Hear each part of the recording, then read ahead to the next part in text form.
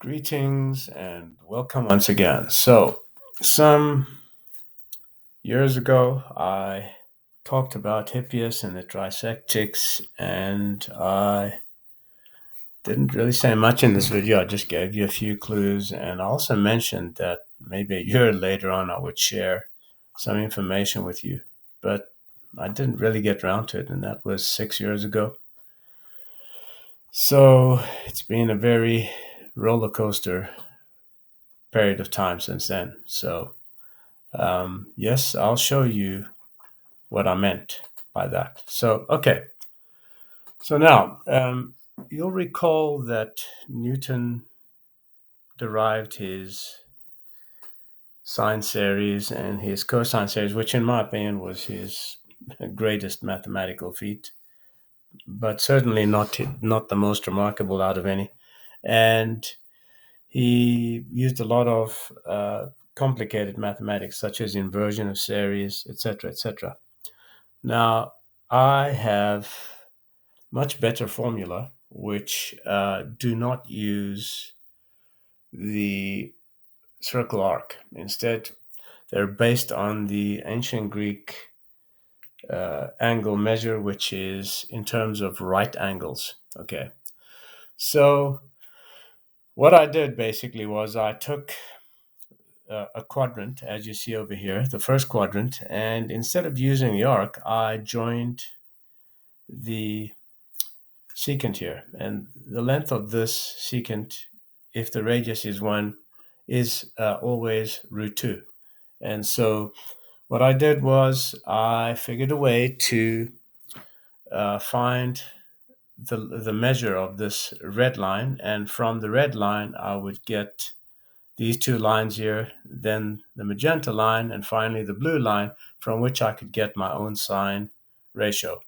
And this is the sine function for which we can describe any right angle measure in this quadrant. And of course, we can extend it using the trigonometric identities to the second, third, and fourth without having to worry about uh, periodicity.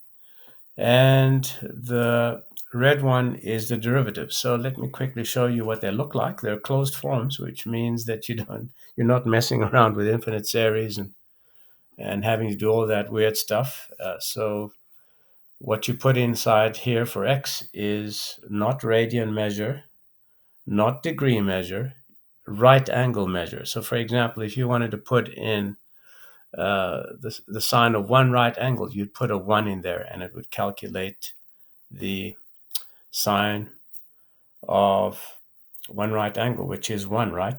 Okay, can you see that there? This red curve here is the sine of one right angle. And of course, the cosine of one right angle is the blue curve, which is 0. And so all the values here are easily defined, and they do match to these line segments as demonstrated in this circle. So this is an ingenious piece of work that I've never shared before. You're seeing it for the first time in your life. It's never been published anywhere. You won't find it anywhere else because nobody else knew about it. In fact, I suspect that the ancient Greeks could have known about it, but there is no record of it, to my knowledge, posted anywhere in their manuscripts or even in the Elements or Apollonius or anywhere else. So that's pretty much it. So I finally kept my word and I shared that with you. There is a lot more I haven't shared. So I'll tell you what, if my balance on my GoFundMe page reaches 500,000, I'll share a lot more. But right now, it's very far from that. It's just over 1,000. So if you ever want to learn all the secrets that I've discovered, you need to start donating and push that balance up to 500,000 at least. Okay, so that means $500,000. Now, if you're not already a subscriber, become one. And follow me on Academia. Tell your friends about this. Click like and all that good stuff. And I'll place links to this applet as well in the details section so you can download it and play with it if you want to. And that's pretty much it. I'll be in touch with you whenever I get around to recording another video. My name is John Gabriel, and this is New Calculus Channel. Till next time, goodbye.